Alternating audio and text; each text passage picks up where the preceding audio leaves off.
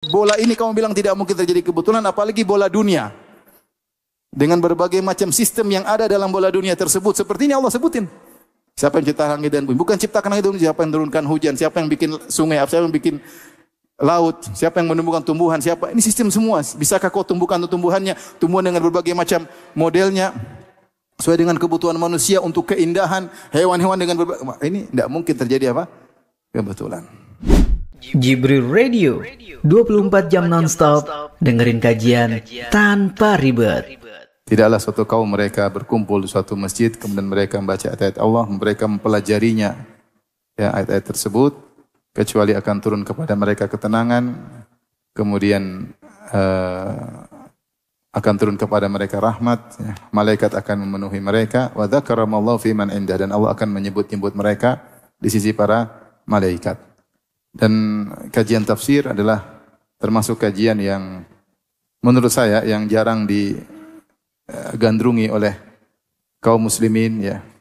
Sehingga jarang ada kajian tafsir, kalaupun ada maka orang-orang kurang semangat menghadirinya padahal sedang membaca ayat-ayat Allah, mempelajari ayat-ayat Allah Subhanahu wa taala. Maka saya memotivasi diri saya pribadi dan juga para hadirin hadirat untuk tetap semangat mempelajari ayat-ayat Allah Subhanahu wa taala. Agar kita Al-Quran bukan sebagai bacaan semata, tetapi juga kita berusaha memahami kandungan isinya. Tapi kita masuk pada ayat yang ke-60. Sebelumnya pada ayat 69, ya, Allah berfirman, ya, Allahu khairun amma yusyrikun. Apakah Allah lebih baik ataukah yang mereka persekutukan, yaitu apakah Allah lebih baik ataukah sembahan-sembahan mereka yang mereka sembah selain Allah Subhanahu wa taala. Setelah itu ya baru kemudian Allah sebutkan dalil-dalil tentang hanya Allah yang berhak disembah. Maka ini pendalilan banyak dalam Al-Qur'an. Allah berdalil dengan rububiyah Allah, bahwasanya Allah Al-Mutafarrid yang esa dalam penciptaan alam semesta, yang mengatur alam semesta, yang menguasai alam semesta. Kalau dia esa dalam penciptaan, pemilikan dan pengaturan, maka dia juga esa dalam disembah. Ya, ini sering dalam Al-Quran banyak sekali. Istidlal berdalil dengan tauhid rububiyah untuk tauhid apa? Al-uluhiyah. Dan tauhid rububiyah secara global diakui oleh kaum musyrikin. Seperti Allah berfirman, "Wala in sa'altahum man khalaqas samawati wal ard la yaquluna Allah." Kalau engkau bertanya kepada mereka siapa yang menciptakan langit dan bumi, kata mereka Allah Subhanahu wa taala. Sungguh-sungguh mereka benar-benar akan berkata Allah tanpa ragu-ragu. Makanya datang dengan lam taukid dan nun taukid, la yaquluna Allah. Sungguh-sungguh mereka kalau ditanya siapa yang menciptakan langit dan bumi, mereka mengatakan Allah. Wala in sa'altahum man nazzala minas sama'i ma'an fa ahyah bihil ardha min ba'di mautiha la yaquluna Allah. Kalau mereka ditanya siapakah yang menurunkan hujan dari langit kemudian menumbuhkan tanah yang tandus menjadi subur kembali, sungguh benar-benar mereka akan menjawab adalah Allah Subhanahu wa taala. Dalam ayat yang lain, wala in sa'altahum man khalaqahum. Jika engkau bertanya kepada mereka siapa yang ciptakan mereka, la yaquluna Allah. Mereka berkata kami diciptakan oleh Allah Subhanahu wa taala. Ini hal yang ma'ruf dan saya sudah sering bahas dalam kajian tauhid. Di antaranya saya sebutkan dalil-dalilnya dalam syarah Al-Qawaid Al-Arba'.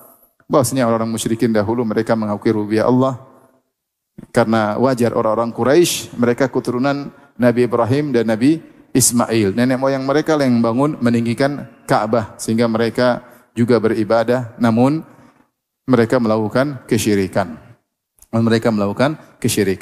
Maka di sini Allah ingatkan kepada mereka tentang rububiyah Allah agar mereka tidak berbuat syirik. Sebelumnya di ayat 59 Allah berfirman Allahu khairun amma yusyrikun. Allah yang lebih baik ataukah sembahan-sembahan yang kalian sembah? Hubal ya, kemudian Manat ya, Lata, Al-Uzza ya. Sembahan-sembahan mereka selain Allah Subhanahu wa taala, atau yang mereka sembah berupa malaikat, atau yang mereka sembah berupa jin ya. Mereka sembah pepohonan, mereka sembah berhala-berhala ya. Atau nabi-nabi yang mereka sembah. Allah yang lebih baik ataukah sembahan-sembahan selain Allah? Karena kita tahu dalam bahasan tauhid bahwasanya sesembahan orang musyrikin bukan cuma berhala. Berhala itu pun adalah simbol dari orang soleh. Lata, Uzza, Manat, Hubal ya. Kemudian mereka juga menyembah para malaikat ya. Mereka juga menyembah para jin. Pembahasan ini pembahasan panjang lebar dalam pembahasan tauhid. Baik. Maka kemudian Allah sebutkan dalil-dalil tentang rububiyah Allah dimulai dari ayat 60. Kata Allah Subhanahu wa taala, "Amman khalaqas samawati wal arda wa anzala lakum minas samaa'i ma'an fa'ambatna bihi hada'iqa dzata bahjatin ma kana lakum an tumbitu syajaraha a ilahum ma'allah bal hum qaumun ya'dilun." Ataukah siapa yang telah menciptakan langit dan bumi dan menurunkan bagi kalian dari langit air hujan? Fambatna bihi, dengan air hujan tersebut kami tumbuhkan hada'iqa dzata bahjah, taman-taman kebun-kebun yang indah. Maka nalakum antum bitu syajaraha, yang kalian tidak mampu untuk menumbuhkan taman-taman yang indah, kebun-kebun yang indah tersebut. Ya ilahumma Allah, adakah sesembahan selain Allah yang melakukan itu semua? Atau tafsir yang lain, adakah sesembahan selain Allah yang berhak disembah selain Allah? Ya. Balhum qaumu ya'dilun, tetapi mereka adalah orang-orang yang melakukan al-udul, ya'dilun yaitu menyimpang. Baik. Ibnu Katsir rahimahullah taala ketika menafsirkan ayat ini beliau mengatakan amman atau siapakah, maksudnya ini Allah menyampaikan siapakah yang lebih baik yang membuat ini semua atau yang kalian sembah. Dan ini datang dalam Al-Qur'an metode seperti ini dalam beberapa ayat seperti firman Allah Subhanahu wa taala, amman huwa qanitun ana al-laili sajida wa qa'ima yahdharul akhirata wa rajur rahmatar rabbih. Qul hal yastawil ladzina ya'lamuna ladzina la ya'lamun inna mitadzakarul albab. Dalam surat Az-Zumar kata Allah, amman huwa, apakah yang bangun malam kemudian salat malam, sujud, kemudian berdiri mengharap rahmat Allah, takut dengan akhirat, apakah sama dengan orang yang tidak demikian? Tapi Allah tidak menyebutkan perbandingan yang dibandingkan. Jadi Allah hanya mengatakan apakah orang yang seperti ini sama dengan amman huwa, ataukah sama dengan orang seperti ini? Ya, maksudnya tidak sama dengan orang yang tidak melakukannya. Meskipun yang tidak melakukannya Allah tidak sebutkan, tapi sudah dipahami dalam konteks, maksudnya Allah sedang membandingkan antara orang yang bangun malam, salat malam, sujud, tidak sama dengan orang yang tidak melakukannya. Makanya di akhir ayat Allah berkata, "Qul hal yastawil ladzina la ya'lamuna wal ladzina la ya'lamun?" Apakah sama orang berilmu dengan orang tidak berilmu? Yaitu Allah ingin mengatakan orang berilmu kegiatannya seperti ini. Dia bangun malam, dia sholat. Apakah sama dengan orang jahil yang tidak melakukan ibadah seperti ini? Demikian juga seperti Allah Subhanahu wa taala, "Afaman huwa qa'imun ala kulli nafsin bima kasabat?" Apakah Allah yang tegak mengurusi hamba-hambanya, menyaksikan apa yang dilakukan oleh hamba-hambanya sama dengan sesembahan yang tidak bisa melakukannya? Ini metode dibawakan oleh Ibnu Katsir sama dengan ayat ini, ayat-ayat dalam surat An-Naml ini. Jadi nanti akan banyak ayat-ayat amman dan apakah maksudnya apakah sama yang kalian sembah dengan Allah yang melakukan ini? Jawabannya tentu tidak sama. Ya. Taruhlah kita praktekkan misalnya kepada wali yang menyembah wali. Apakah sama Allah yang menurunkan hujan, menciptakan langit dengan wali yang tidak bisa cipta apa-apa? Afamay yakhluqu kama la yakhluq? Apakah sama yang mencipta dengan tidak yang mencipta? Tentu berbeda. Itu maksudnya. Jadi Allah mengingatkan kepada mereka agar meninggalkan sesembahan-sembahan selain Allah. Karena yang menciptakan alam semesta hanyalah siapa? Allah, maka dialah yang satu-satunya berhak diibadahi, diserahkan ibadah kepadanya, bukan malaikat, bukan wali, bukan nabi, bukan orang soleh, apalagi sekadar batu, pohon dan yang lainnya. Karena mereka tidak bisa berbuat apa-apa. Maka tidak berhak untuk disembah, tidak berhak untuk kita bertawakal kepadanya, tidak berhak untuk kita berdoa, menangis-nangis, menyerahkan urusan kepadanya. Yang berhak untuk diibadahi hanyalah Allah Subhanahu wa taala. Baik, mulai kita sebutkan dalil-dalil rububiyah. Kata Allah dalam ayat 60, amman khalaqas samawati wal ardi. Di sini Allah menyebutkan penciptaan. Siapakah yang menciptakan langit dan bumi? Sudah jelas. Afamay yakhluq kama la yakhluq afala tadhakkarun? Apakah sama yang mencipta dengan yang tidak mencipta? Tentu yang menciptalah yang diibadahi, yang tidak mencipta tidak usah diibadahi. Dari tidak ada menjadi ada. Nabi diciptakan, Nabi Isa diciptakan, bukan menciptakan. Malaikat diciptakan, apalagi wali, ya, tidak bisa cipta apa-apa, tidak berhak diibadahi. Ya, jadi pertama Allah sebutkan dalil tentang penciptaan. Setelah itu Allah sebutkan tentang kenikmatan yang Allah jadikan di langit dan bumi. Allah bukan sekedar mencipta, Jadi tidak ada menjadi ada, tapi Allah juga menjalankan ya kegiatan kehidupan dari langit dan bumi yang semua adalah untuk kenikmatan manusia. Kata Allah, wa anzala lakum minas sama'i ma'an. Dan yang menurunkan bagi kalian dari langit hujan. Fambatna bihi, dan dengan hujan tersebut kami tumbuhkan hadaik. Hadaik jamak dari hadiqah. Hadiqah itu maknanya menurut bahasa Arab yaitu taman yang yuhdiquna bihi, yang dikasih pagar. Biasanya taman disebut hadiqah jika di situ ada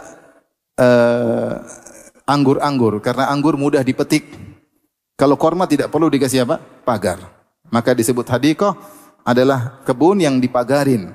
Biasanya di situ ada anggurnya, entah ada kormanya tapi yang jelas ada anggurnya, sehingga pemandangan menjadi indah. Ada kebun, ada kormanya, ada anggurnya, sehingga pemiliknya memberi pagar ya, sehingga disebut dengan hadiqah. Dan ini salah satu kenikmatan. Hadaiqa dzata bahjah.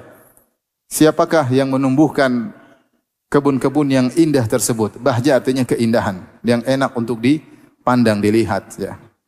Maka nalakum antum bitu syajarah, yang kalian tidak mampu untuk menumbuhkan pohon-pohonnya. Kalian tidak mampu. Siapa yang bisa menumbuhkan tumbuhan? Makanya dalam hadis ketika tentang larangan membuat patung ya, atau makhluk bernyawa, menggambar makhluk bernyawa, Allah Subhanahu wa taala dalam hadis qudsi Allah mengatakan fal yakhluqu dzarratan awil yakhluqu syairatan. Coba suruh mereka ciptakan semut, atau coba suruh mereka ciptakan syairah, gandum. Tidak ada yang bisa ciptakan semut, tidak ada yang bisa ciptakan apa? Gandum ya. Allah sebutkan dalam akhir-akhir surat Al-Hajj, duriba mathalun fastami'u lah, innal ladzina tad'una min dunillahi la yakhluqu dzubaban wa la yajtama'u lah. Telah dibuat perumpamaan bagi kalian, maka dengarkanlah, sungguhnya yang kalian sembah selain Allah tidak bisa ciptakan meskipun hanya seekor lalat. Meskipun mereka bersatu padu, mereka bikin lalat, mereka tidak akan bisa menciptakannya. Lalat tidak bisa, siapa yang bisa bikin lalat? Ya. Makanya di antara kebingungan orang ateis, mereka bisa menyebutkan secara, mungkin mereka, logika mereka, bahwasanya namanya evolusi, perkembangan, perubahan. Tapi yang kasih pasang nyawa siapa? Kok dari tidak bernyawa bisa bernyawa, itu tidak masuk dalam teori evolusi. Kalau bentuk-bentuk berubah mungkin, tapi dari tidak bernyawa kemudian bisa bernyawa, nggak mungkin. Pasti ada yang memberikan nyawa tersebut. Maka tidak ada yang bisa menciptakan alat. Bahkan kata Allah dalam hadis qudsi, wal yakhluqu syairatan. Coba suruh bikin gandum, enggak bisa. Ya, bikin gandum. Siapa yang bisa bikin gandum? Gandum ditanam kemudian apa? Tumbuh.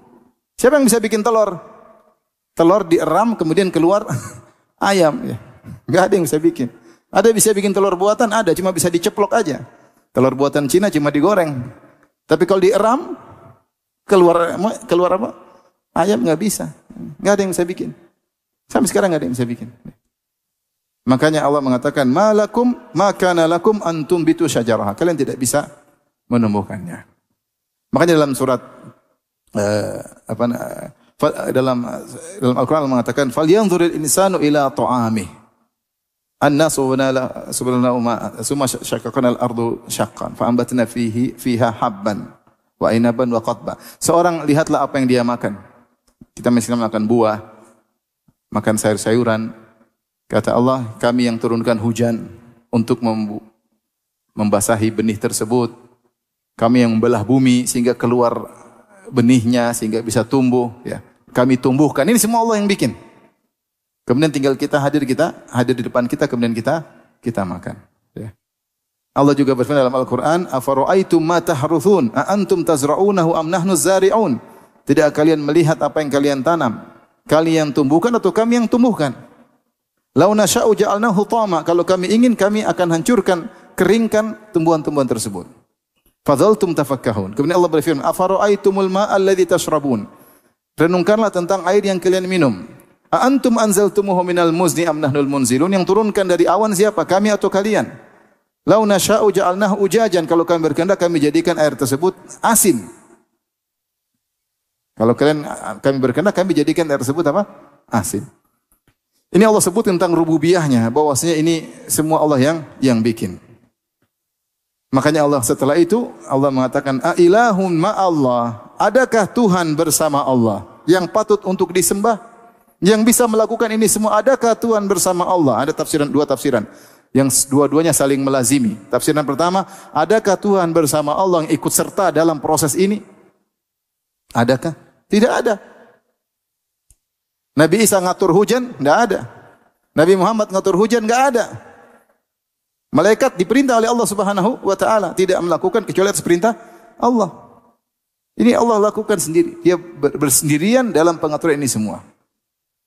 Yang memberikan nyawa, yang menghidupkan, mematikan cuma Allah Subhanahu wa taala. La ilahun ma Allah. Adakah Tuhan yang ikut serta? Artinya, kalau ada silakan disembah. Kalau ada yang ikut serta ciptakan langit dan bumi, silakan disembah. Tapi kalau tidak ada, makanya di antara syirik dalam rububiyah, kalau meyakini ada selain Allah yang ikut serta dalam mencipta, dalam memiliki atau dalam mengatur. Kalau meyakini bahwasanya ada jin yang ngatur gunung, syirik ini. Ada yang mengatur, meyakini bahwasanya Nyi Roro Kidul ikut mengatur pantai selatan, syirik. Ini yang ngatur semua Allah Subhanahu wa taala. Apalagi mengatakan kita harus memuliakan sang wali karena yang jaga kota kita ini wali yang sudah mati. Ini wali masih hidup aja tidak bisa jaga dirinya. Tidak bisa jaga dirinya. Makanya ketika dia sakit, dia ke rumah sakit, maunya sembuh, ternyata mati. Dia saja tidak bisa jaga dirinya. Kemudian setelah mati dibilang dia menjaga negeri kita. Syirik atau bukan? Syirik ya akhi, yang jaga Allah Subhanahu wa taala. Tapi ini tersebar di sebagian apa? Masyarakat. Lagi kemudian muncul cerita-cerita khurafat-khurafat membuat orang berkeyakinan kepada sebagian wali, ya, bosnya ikut mengatur alam semesta. Baik, kata Allah, ilahumma Allah, adakah Tuhan yang ikut serta dalam menciptakan langit dan bumi, mengatur ini semua? Yang konsekuensinya, kalau begitu adakah Tuhan yang berhak disembah? Sementara yang melakukan hanyalah Allah semata? Jawabannya tentu tidak perlu dijawab. Ingkaran, namanya pengingkaran. Balhum qaumun ya'dilun, tapi mereka adalah kaum yang ya'dilun. Ya'dilun ini ada secara bahasa Arab bisa ya'dilun an atau al-udul an atau al-udul bi. Kalau menggunakan al-udul bi maksudnya adalah menyamakan selain Allah dengan Allah, yaitu mereka melakukan kesyirikan. Seperti Allah berfirman, alhamdulilladzi khalaqas samawati wal arda wa ja'ala adh-dhulumati wan nur, tsumma alladziina kafaru bi rabbihim ya'dilun. Ada bi rabbihim ya'dilun. Jadi al-udul bi maksudnya menyamakan selain Allah dengan Allah, yaitu mensyirikan, mensekutukan Allah. Menyembah Allah juga menyembah selain Allah. Jadi makna balhum qaumun ya'dilun ada dua tafsiran, karena Allah tidak menyebutkan huruf takdiyahnya. Ini bahasa Arab sih ya. Antum ngerti enggak? Enggak ngerti ya sudahlah, qadarullah. Makanya tidak mungkin sempurna seorang memahami Al-Qur'an dan Sunnah kecuali kalau ngerti apa bahasa Arab. Tapi kita bilang adalah ada dua, adalah bi, adalah an. Kalau adalah bi maksudnya menyamakan. Tapi mereka adalah kaum yang menyamakan Allah dengan selain Allah. Itu dalam penyembahan.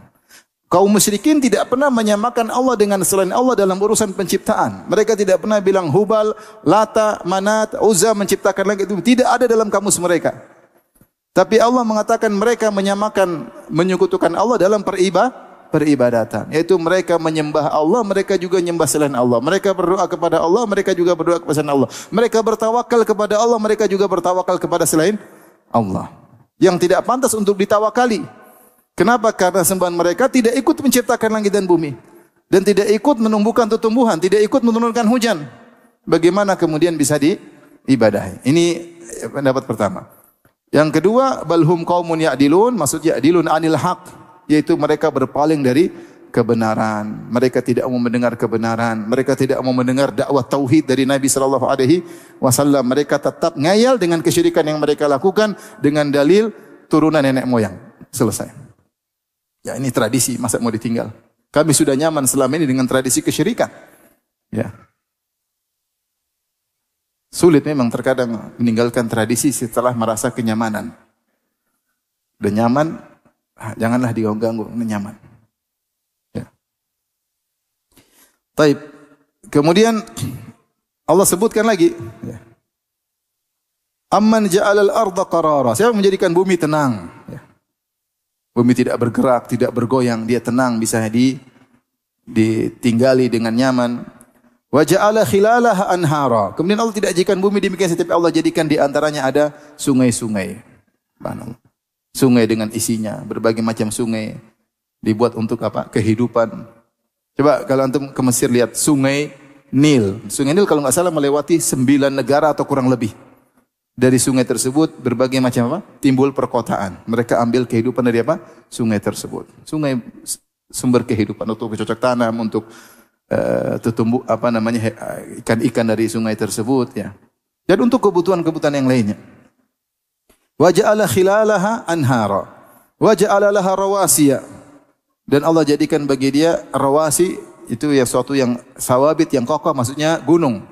Gunung. Ya Allah jadikan gunung buat bumi tersebut.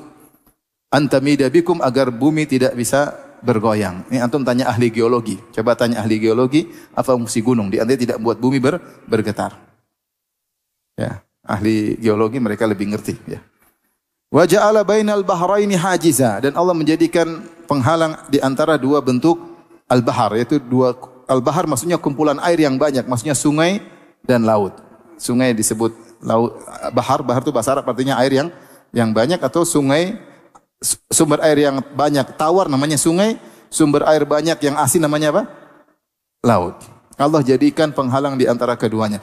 Ini kalau kita baca buku tafsir zaman dahulu, mereka maksudkan Allah membuat air sungai terhalang dari sungai air laut dengan berbagai macam cara, di antaranya dengan daratan, dengan dataran ya.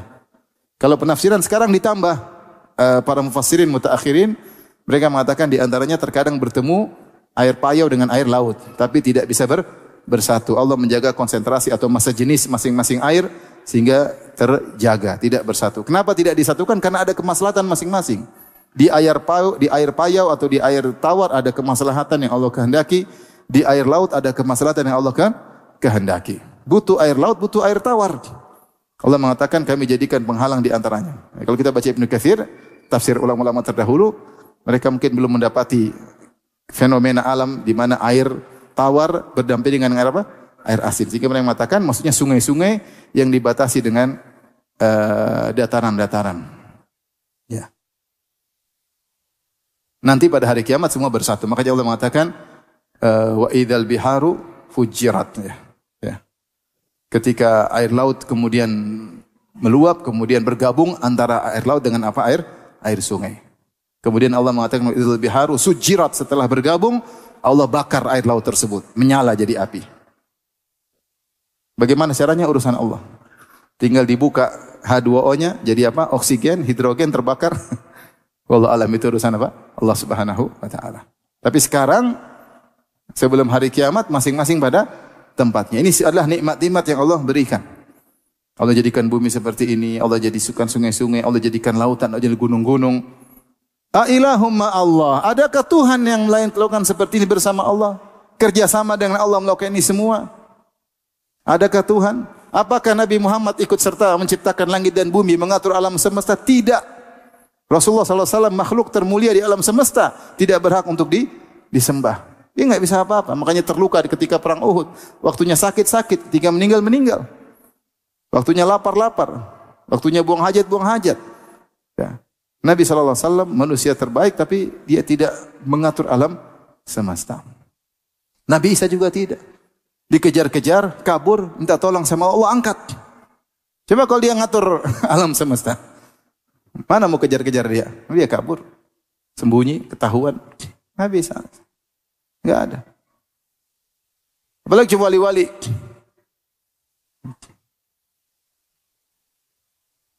Seperti waktu musim corona, ada yang bilang kalau mau selamat dari corona, pasang foto wali ini di rumah, aman. Itu wali saja waktu sakit dia ke rumah sakit. Sampai akhirnya meninggal dunia, dia pingin sembuh aja enggak bisa. Dia saja ingin menyembuhkan dirinya tidak bisa. Akhirnya ke rumah sakit, akhirnya meninggal dunia. Sekarang sudah mati, bilang fotonya bisa menyelamatkan dari apa? Corona. Khurafat tingkat tinggi. Khurafat, subhanallah, di tanah air kita luar biasa ya. Siapa yang mengatur ini semua? Dia yang berhak disembah. Ilahumma Allah. Adakah Tuhan selain Allah yang menyertai Allah dalam pengaturan alam semesta ini? Bal aktsaruhum la ya'lamun. Kebanyakan mereka tidak tahu konsekuensinya. Ya. Baik, ini subhanallah kalau kita lihat ya. Jadi ini di antara dalil tentang bagaimana adanya Tuhan, di antaranya dengan dari tidak ada menjadi ada. Allah menciptakan langit dan bumi dari tidak ada menjadi apa?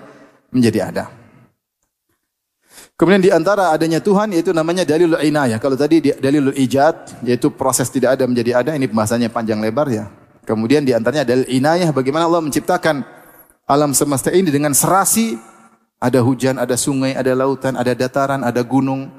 Semua ini menunjukkan Allah perhatian kepada makhluk yang akan tinggal di situ yaitu manusia. Kalau kita buka lagi zaman sekarang, ternyata di dalam tanah ada minyak bumi untuk kebutuhan ini, ternyata ada logam buat kebutuhan ini. Kemudian Allah buka ilmu sedikit demi apa? Sedikit. Ini bukan kebetulan, tapi sudah dirancang oleh Allah untuk ilmunya dibuka sedikit demi apa? Sedikit. Habis energi ini, muncul energi ini. Sementara kalau kita baca misalnya oksigen di atas muka bumi dengan kadar tertentu. Kalau berlebihan kita nggak bisa hidup, mudah terjadi ledakan. Sementara di bagian planet lain ada oksigen tapi dengan kadar yang berbeda. Allah sudah atur semuanya. Ini namanya dalil inayah, itu bahwasanya tidak asal-asalan ketika membuat sesuatu. Kalau namanya orang ateis, Tuhannya kebetulan begini, kalau kebetulan nggak mungkin begini. Makanya sering bilang, kalau orang ateis kita kasih bola tersebut ternyata ada jahitan bendera Indonesia, bendera ini banyak rapi, dalam satu bola ada 60 bendera negara-negara. Kita bilang ini terjadi kebetulan atau ada yang bikin? Dia pasti bilang ada yang bikin karena nggak mungkin rapi seperti ini. Ada bendera-bendera nggak mungkin rapi seperti ini. Ya kita bilang kamu saja bola ini kamu bilang tidak mungkin terjadi kebetulan, apalagi bola dunia. Dengan berbagai macam sistem yang ada dalam bola dunia tersebut, seperti ini Allah sebutin. Siapa yang cipta langit dan bumi? Bukan ciptakan langit dan bumi, siapa yang turunkan hujan, siapa yang bikin sungai, siapa yang bikin laut, siapa yang menumbuhkan tumbuhan, siapa? Ini sistem semua. Bisakah kau tumbuhkan tumbuhannya, tumbuhan dengan berbagai macam modelnya, sesuai dengan kebutuhan manusia untuk keindahan, hewan-hewan dengan berbagai, ini tidak mungkin terjadi apa? Kebetulan. Apalagi Allah berkata, hadaiqa dzata bahjah. Allah tumbuhkan tumbuhan yang indah untuk dipandang. Kalau Tuhan kebetulan aja terjadi tanpa Tuhan, maka cukup yang penting bisa buat dimakan. Tapi ternyata Allah tidak ciptakan cuma buat dimakan saja, tapi ada keindahan. Anggur dengan keindahannya, korma dengan apa? Keindahannya. Kalau kebetulan atau evolusi cuma plek pada titik, tidak perlu indah. Makanya di antara bantahan terhadap orang-orang ateis, ada keindahan dalam semesta. Berarti Tuhan itu ada. Dia ingin bikin apa? Keindahan. Makanya Allah mengatakan hadaiqa dzata bahjah. Kebun-kebun, taman-taman yang indah. Kalau kebetulan semerawut, paham? Tapi ini ada keindahan, berarti ada yang rancang, ada Tuhan di balik itu semua. Bal aktsaruhum la ya'lamun. Jadi Allah sebutin, ini semua bagaimana rububiyah Allah dijadikan dalil bahwasanya ada yang menciptakan dan dia yang berhak untuk disembah semata-mata. Setelah Allah berfirman, amma yujibul muttarra idza da'a. Setelah Allah bicara tentang alam semesta Allah ciptakan dan tidak ada menjadi ada. Setelah itu Allah ceritakan tentang tadbir, tentang bagaimana pengaturan alam semesta, itu ada Tuhan. Allah sebutkan dalil yang kalian rasakan wahai kaum musyrikin. Bukankah ketika kalian dalam kondisi terdesak kalian berdoa Allah kabulkan? Siapa yang kabulkan? Yang kabulkan cuma Allah. Makanya Allah menyebutkan dalam ayat ke-62, amma yujibul muttarra idza da'ah. Dan siapakah yang memperkenankan mengabulkan doa orang yang dalam terdesak, al-muttar. Idza da'a, ketika dia berdoa kepada Allah Subhanahu wa taala. Kita duduk, kita menangis berdoa kepada Allah, kemudian masalah kita diselamatkan oleh Allah Subhanahu wa taala. Namanya al-muttar, dalam kondisi apa? Terdesak. Dan ini diyakini oleh orang musyrikin Arab. Makanya Allah jadikan dalil. Jadi maksud saya rentetan dalam surat An-Naml ini dari ayat 60 sampai seterusnya, ini Allah sedang berdalil tentang apa yang diyakini oleh orang musyrikin Arab agar mereka meninggalkan kesyirikan, yaitu hal-hal yang mereka sudah terima. Yang cipta langit bumi ya Allah, mereka tahu. Yang menumbuhkan tumbuhan Allah, yang buat sungai, laut Allah, yang turun tanam gunung pada bumi Allah. Ya mereka tahu itu semua. Ya kalau gitu ya sembah Allah semata dong. Nah di antaranya Allah menyebutkan tentang kondisi mereka. Amma yujibul mutarra idza da'ah. Bukankah kalau di antara kalian ada yang dalam kondisi terdesak, dia minta kepada Allah, dia tidak minta kepada selain Allah? Dan Allah sebutkan dalam banyak ayat dalam Al-Quran. Misalnya firman Allah, wa idza raqibu fil fulki da'allaha mukhlishina lahuddin. Falamma najjahum ilal barri idza hum yusyrikun. Kalau mereka dalam kondisi sedang berlabuh di atas lautan ombak besar, maka mereka ikhlas hanya berdoa kepada Allah. Mereka tidak berdoa kepada Lata, Uzza, Hubal dan yang lainnya. Falamma najjahum ilal barri, ketika mereka diselamatkan daratan, idza hum yusyrikun, mereka syirik kembali. Subhanallah, ketika orang-orang musyrikin Arab dalam kondisi terdesak, fitrah mereka bergerak. Mereka hanya minta kepada Allah semata. Allah semata. Baik, alhamdulillah, salatu wassalamu ala Rasulillah wa ala alihi wasallam. Kita lanjutkan masih pada ayat 62. Allah berfirman, amma yujibul mutarra idza da'ah. Dan siapakah yang perkenankan mengabulkan doa seorang dalam kondisi terdesak? Al-muttar yaitu dalam kondisi terdesak. Asy-Syaukani rahimahullah dalam kitabnya Fathul Qadir menyebutkan kenapa orang terdesak mudah dikabulkan, karena dia ketika itu tawakalnya sempurna, hanya bersandar kepada Allah, dia tidak bergantung kepada selain Allah Subhanahu wa taala, dan dia benar-benar menghinakan dirinya. Dan dia sebab doa dikabulkan ketika tawakal bulat hanya kepada Allah dan seorang benar-benar merendahkan dirinya, maka saat itulah mudah dikabulkan doa. Tentunya ini hukum asal, seorang dalam kondisi mendesak, jangankan orang muslim, orang kafir pun dikabulkan doanya oleh Allah. Tapi kalau dalam kondisi mendesak seorang berdoa tidak dikabulkan, tentu ada hal-hal penyebabnya. Bisa jadi yang terbaik bagi dia tidak dikabulkan, atau Allah palingkan yang lainnya yang lebih parah daripada itu.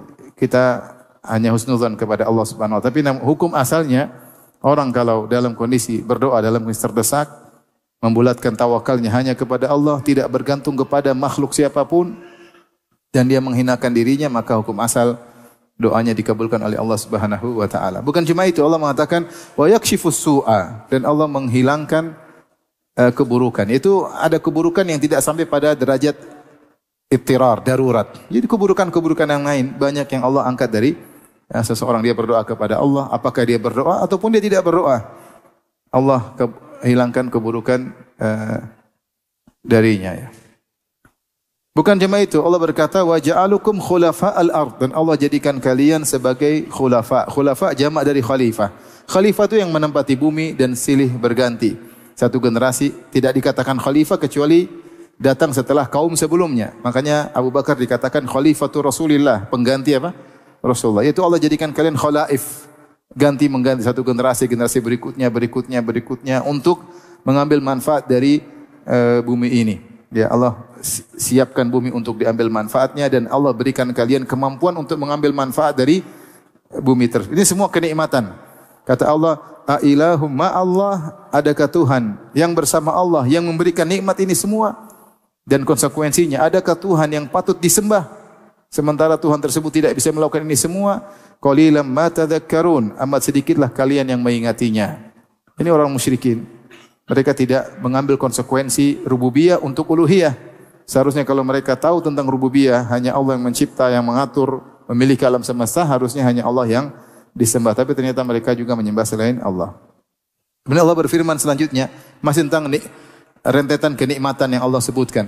Amma yahdikum fi dhulumatil barri wal bahr. Siapa yang beri petunjuk kepada kalian dalam kegelapan daratan, al-bar yaitu daratan ya, dalam kegelapan lautan. Siapa yang beri petunjuk kepada kalian? Ada yang mengatakan dhulumatil bar, kegelapan daratan, maksudnya adalah di padang pasir yang hilang semua petunjuk jalan.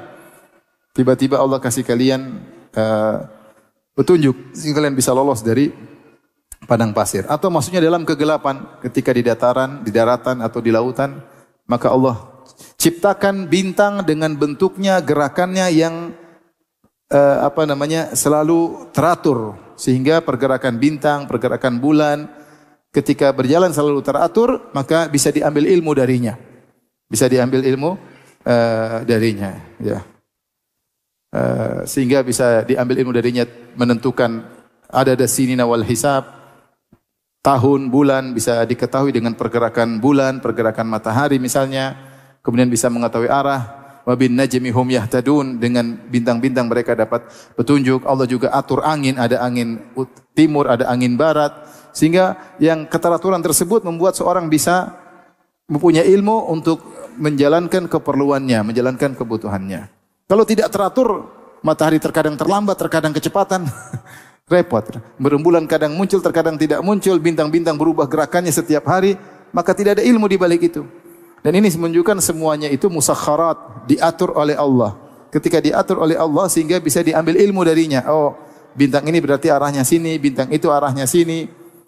Angin ini akan muncul pada bulan ini, angin ini timur muncul pada bulan ini, sehingga mereka bisa mengatur keperluan mereka dalam mengambil manfaat dari bumi. Kata Allah Subhanahu wa taala, siapa yang beri petunjuk kepada kalian dalam kegelapan daratan dan dalam kegelapan lautan, yaitu mengatur angin, yang menunjukkan arah dengan bintang-bintang, dialah Allah. Emang wali-wali yang ciptakan bintang-bintang itu? Enggak. Yang buat bintang-bintang teratur, arahnya di mana, letaknya di mana? Siapa? Allah Subhanahu wa taala. Semua sudah didesain. Makanya di antara dalil bahwasanya Tuhan itu ada bukan kebetulan, ciptaan Allah semua itu, kalau bahasa kita apa ya? Diciptakan dengan desain yang detail, Seorang kalau ambil rambut aja, dia akan dapati bahwasanya penyusun rambut ini sel-sel yang teratur dengan rapi dan benar-benar detail dan padat. Kalau terjadi kebetulan enggak seperti itu, berarti ini ada yang nyusun. Ambil saja misalnya jantung dengan berbagai macam pernak-pernik dalamnya, ini berarti, atau mata ambil, coba pernak-perniknya detail-detail, ini berarti ada yang bikin. Kalau kebetulan enggak begitu. Seperti tadi Allah bikin bintang bentuknya begini, arahnya begini, kemudian angin kapan angin, ini semua berarti ada pencipta. Dan ini semua nikmat.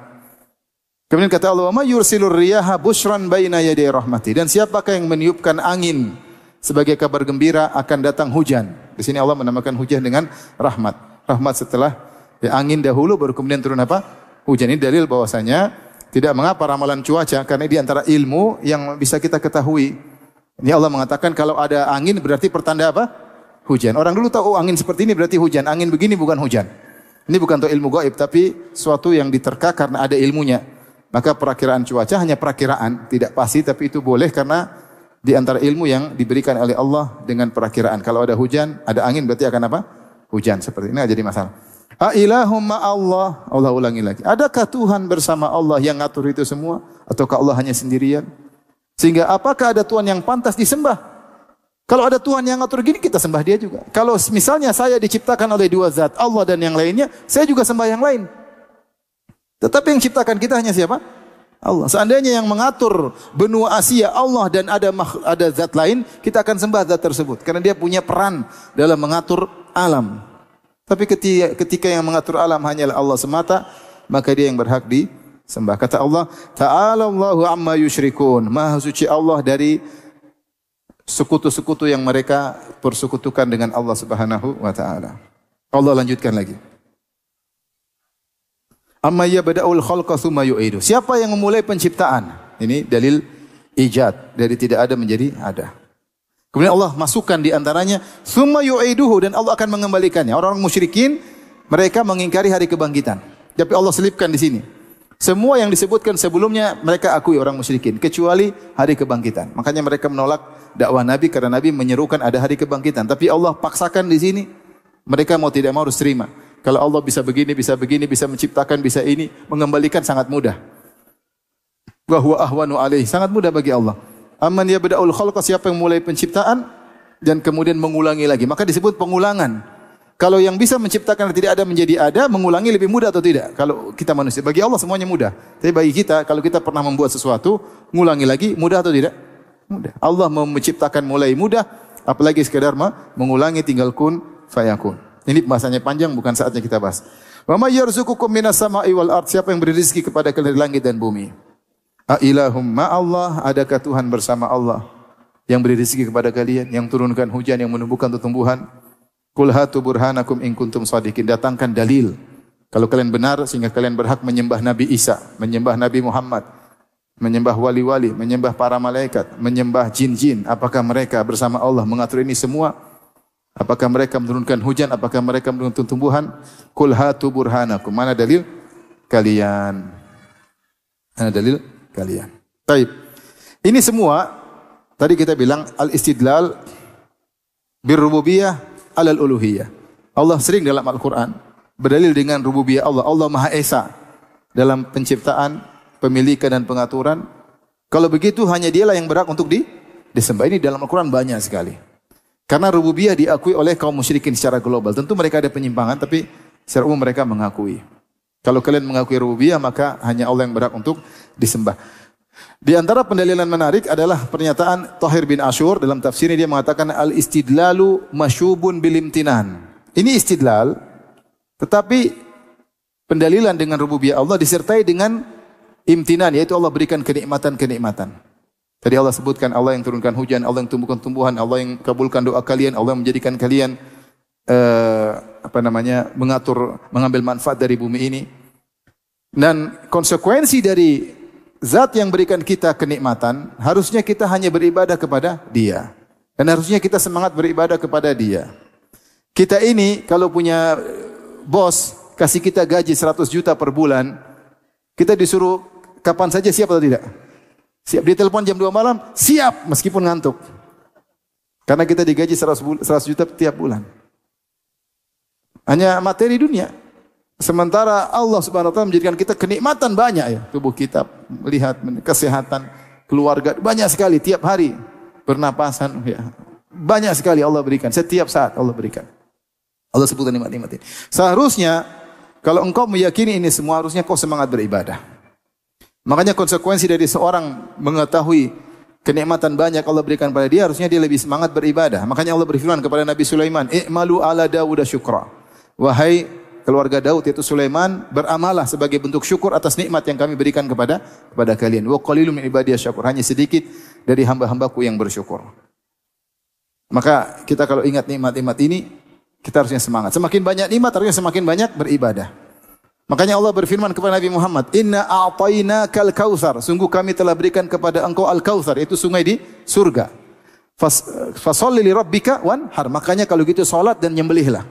Sebagai bentuk Allah berikan kau kenikmatan, seringlah salat, seringlah menyembelih. Maka Nabi orang yang paling kuat salatnya karena dia paling bersyukur kepada Allah Subhanahu wa taala. Kita bilang kita bersyukur, omong kosong kalau kita tidak beramal saleh.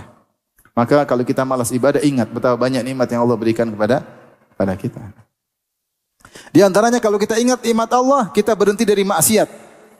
Makanya Nabi Yusuf alaihissalam ketika digoda oleh Imra'atul Aziz yang konon namanya Zulaikha, ya. Imra'atul Aziz, istri pembesar, wanita yang cantik jelita, maka dia berkata, "Innahu rabbi ahsana maswaya." Bagaimana saya mau berzina sementara Rabbku telah berbuat baik kepadaku? Ada dua tafsiran. Rabbi maksudnya majikanku itu suamimu telah baik kepada aku, bagaimana saya berkhianat?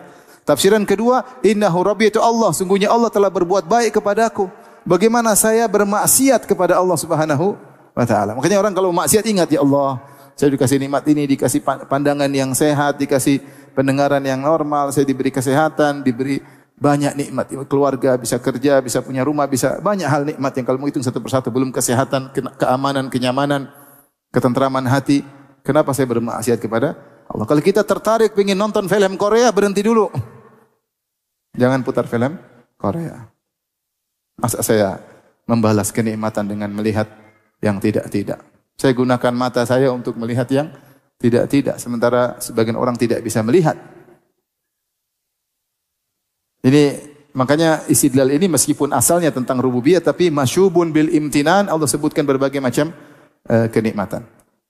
Kemudian juga lihat bagaimana metode penilaian Allah. Allah memetode dalam hal ini tentang berbagai macam nikmat. Pertama al-ijad, menciptakan langit dan bumi dari tidak ada menjadi ada. Kemudian Allah sebut tentang pengaturan.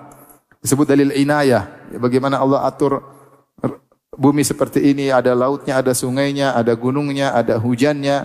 Namanya dalil inayah, nikmat tersendiri. Allah sebutkan juga di antara nikmat Allah menolong kalian dalam kondisi darurat, Allah kabulkan, Allah hilangkan kesusahan kalian. Di antara bentuk kenikmatan Allah jadikan khulafa al-ard. Allah jadikan kalian bisa punya kecerdasan, pengaturan untuk mengambil manfaat dari bumi. Maka ini semua adalah nikmat yang mengharuskan kalian tidak menyembah kecuali Allah semata. Kemudian Allah berfirman setelah itu, "Qul la ya'lamu man fis samawati wal ardil ghaiba illallah wa ma yash'uruna ayyana yub'atsun." Katakanlah wahai Muhammad, tidak ada seorang pun di langit dan di bumi yang mengetahui perkara yang gaib kecuali hanya Allah.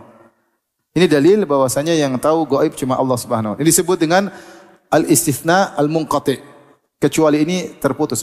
Ada namanya istisna, pengecualian dalam bahasa Arab ada dua.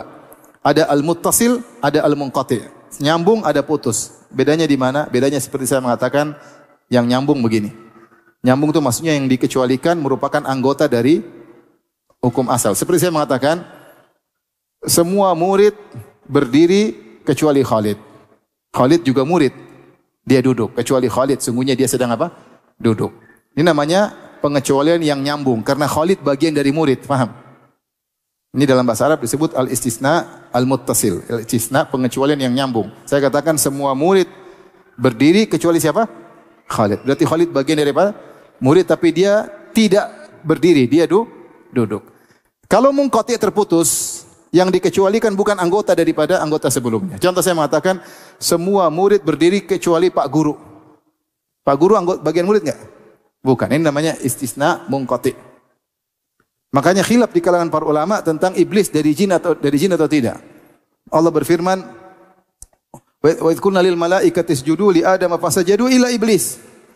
Ketika kami berkata kepada para malaikat sujudlah kepada Adam, maka mereka semua sujud kecuali iblis. Nah, iblis ini muttasil, dia bagian daripada jin, daripada malaikat, atau dia munqati, dia bukan bagian daripada malaikat. Dua tafsiran di kalangan para ulama. Ada yang mengatakan iblis merupakan bagian dari malaikat. Ada yang mengatakan kalau istisnanya muttasil bersambung. Ada yang mengatakan iblis bukan bagian dari malaikat. Kalau istisnanya munqati terputus, dia adalah jin. Yang pertama seperti semua murid berdiri kecuali siapa? Khalid. Yang kedua semua murid berdiri kecuali Pak Guru. Makanya belajar bahasa Arab. Sudah barakallahu fiik, sudah jago. Naam. Wa fika barakallah. Kaifa haluk? Sudah keren. Ahsanallahu ilaik, sudah keren. Lanjutin. Ya, jangan cuma di situ aja. Taib. Di sini yang benar istisna adalah munqati, yaitu qul la ya'lamu man fis samawati wal ard, artinya tidak ada yang tahu yang gaib baik langit dan bumi illallah. Maksudnya kecuali Allah. Allah tidak termasuk dari sebelumnya. Kalau kita bahasakan la ya'lamu man fis samawati wal ardil ghaiba walakinnallaha ya'lam. Semua di langit dan bumi tidak tahu tentang hal yang gaib, akan tapi Allah tahu. Ini dalil bahwasanya gaib yang tahu hanyalah Allah. Gaib ada dua, ada namanya al-gaibul mutlak, ada namanya al-gaibun nisbi. Gaib nisbi dan gaib mutlak. Gaib mutlak itu perkara-perkara yang tahu hanya Allah Subhanahu wa taala. Kapan hari kiamat yang tahu cuma siapa? Allah. Masa depan yang tahu cuma siapa? Allah. Ada gaib nisbi. Gaib nisbi itu sebagian makhluk tahu, sebagian makhluk tidak tahu. Tidak tahu. Seperti istri kita di rumah tahu apa yang di rumah, kita enggak tahu. Bagi kita gaib, bagi dia tidak gaib karena dia sedang di rumah. Seperti Allah mengabarkan sebagian hal gaib masa depan kepada sebagian malaikat dan kepada sebagian rasul. Bagi mereka tidak gaib, bagi kita gaib karena kita tidak dikabarkan. Allah mengatakan alimul ghaibi fala yudhiru ala ghaibihi ahada illa man irtadha mir rasulin. Allah tahu ilmu gaib dan Allah tidak mengabarkan kecuali kepada para rasul yang Allah ridhai. Itu sebagian malaikat dan sebagian rasul. Sebagai bukti bahwasanya mereka para rasul. Tidak semua ilmu gaib Nabi tahu.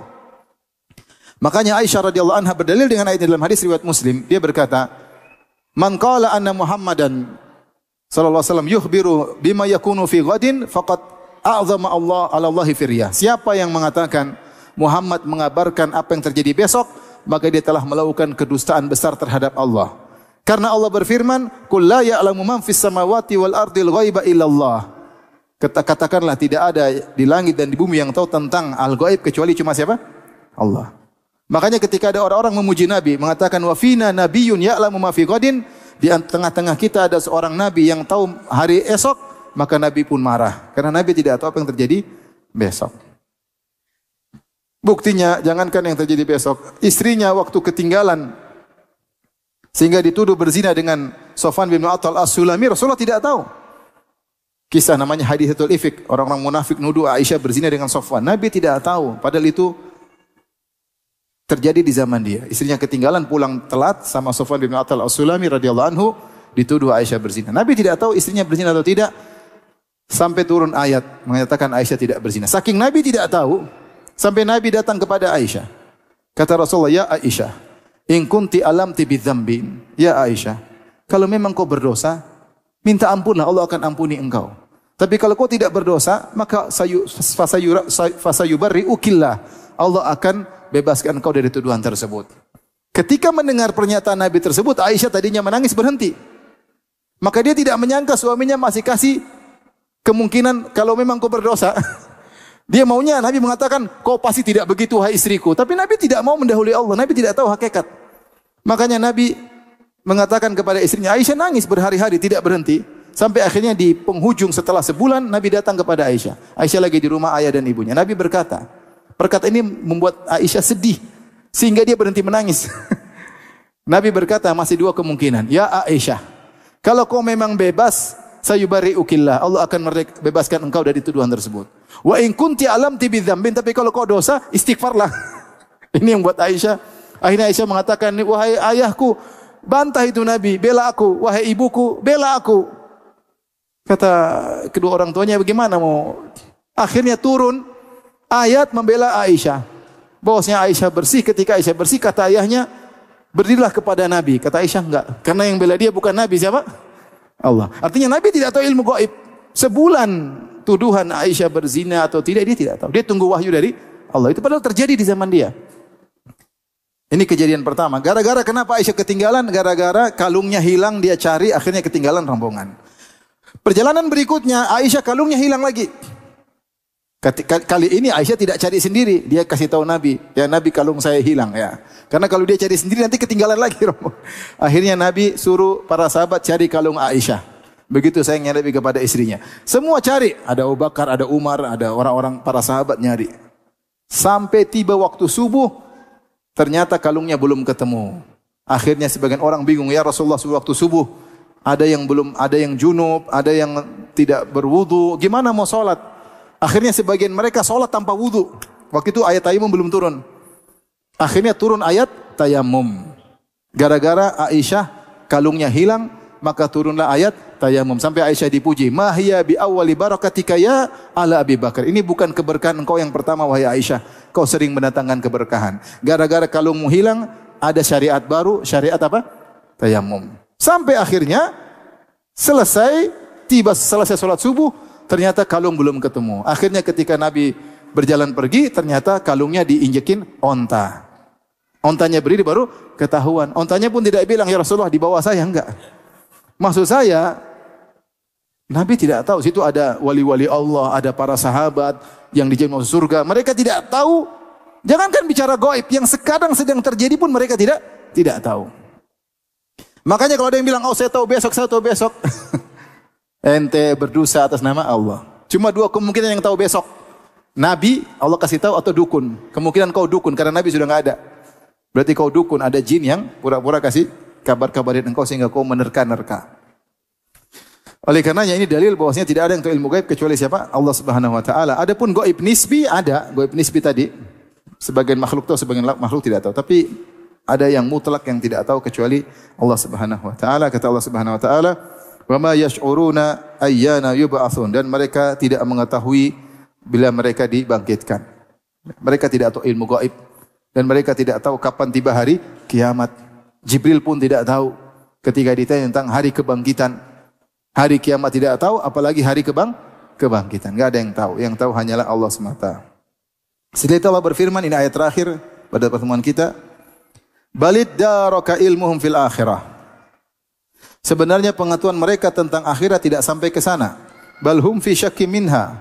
Bahkan mereka ragu-ragu tentang hari akhirat. Balhum minha amun, dan mereka buta dari tentang akhirat. Di sini ada dua qiraah. Balid daraka dan bal adraka. Adapun balid daraka, kata ahli tafsir, diambil dari bal tadaraka. Tadaraka. Tetapi huruf ta dan huruf dal, mahroknya dekat. Ta, dal. Sama tidak? Ta, dal. Apa namanya? Ta, dal ya. Dal. Kita tuh dalnya kita salah sebenarnya. Dal itu harusnya di tempat ta.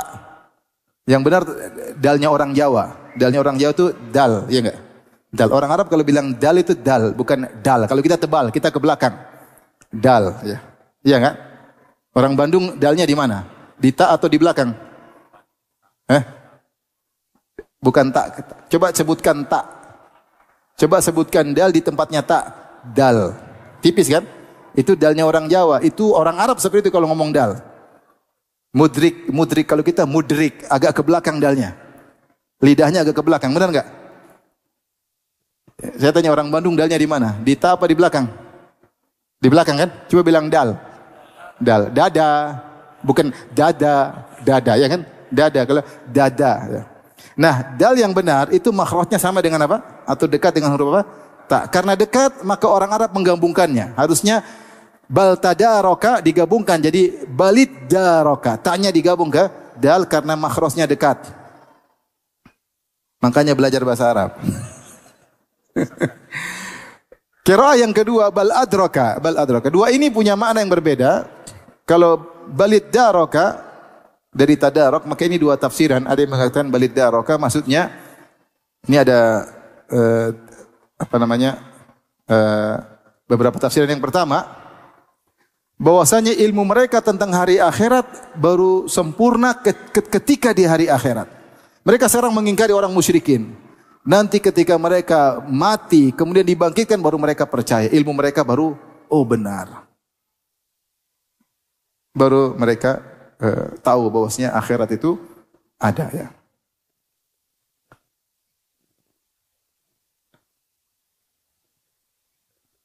Ini makna pertama. Balid daraka maksudnya ilmu mereka baru sempurna ketika mereka dibangkitkan.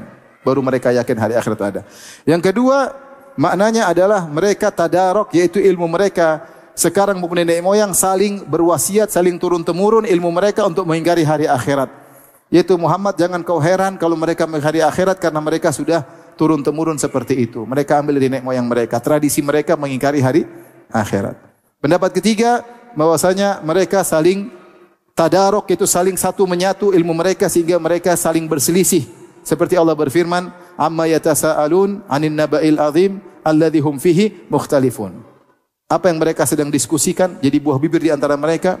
'Anin naba'il 'azim tentang suatu berita yang besar, ada yang mengartikan adalah hari kiamat. Ya. Alladzi hum fihi mukhtalifun, yang mereka berselisih tentang hari kiamat tersebut. Ada yang bilang ada yang bilang tidak ada, jadi mereka berselisih. Ini tiga tafsiran dengan makna balid darak. Kalau dibaca balid darak. Qiraah yang lain bal adraka, maka disebutkan maknanya adalah fana, disebut udrik adrakatis thimar, ya. Ya, idza faniya nadajuha, ya, maknanya bahwasanya ilmu mereka benar-benar hilang tentang hari akhirat. Adrak maknanya hilang. Maknanya benar-benar ilmu mereka tentang hari akhirat, mereka buta, mereka tidak mau peduli, mereka tidak melihat dalil yang begitu banyak, bahwasanya dalil yang begitu banyak menunjukkan Allah itu bisa menghidupkan kembali. Seperti Allah mengatakan turunnya hujan, bumi mati, kemudian tandus, kemudian tumbuh lagi. Kata Allah, kadzalikan nusyur, demikian pula hari kebangkitan. Mati hidup lagi. Ada contohnya. Tapi semua dalil tentang hari kebangkitan banyak dalam Al-Quran. Ada pembahasan khusus ya. Tapi mereka benar-benar ilmu mereka buta sehingga mereka mengingkari hari kebangkitan. Kata Allah, bal hum fi syakkim minha. Sungguhnya mereka ragu, iya atau tidak mereka ragu. Mereka ragu. Bal hum minha amun. Kata Allah, mereka benar-benar buta dari hari akhirat. Amun dari ama, kemudian amin itu fa'il dari wazan fa'il. Sighah mubalaghah li ismil fa'il. Amin maknanya amun. Maknanya jadi amun jama' dari amin. Amin maknanya orang buta. Yaitu mereka benar-benar buta, yaitu buta mata maupun buta hati, sehingga berbagai macam dalil yang Allah berikan akan adanya hari akhirat mereka tidak peduli, mereka tidak imani. Demikian juga mereka buta untuk tidak mengesahkan Allah Subhanahu wa taala. Baik, demikian saja. Mohon maaf segala kekurangan. Wabillahi taufiq. Assalamualaikum warahmatullahi wabarakatuh. Jibril Radio 24 jam nonstop dengerin kajian tanpa ribet.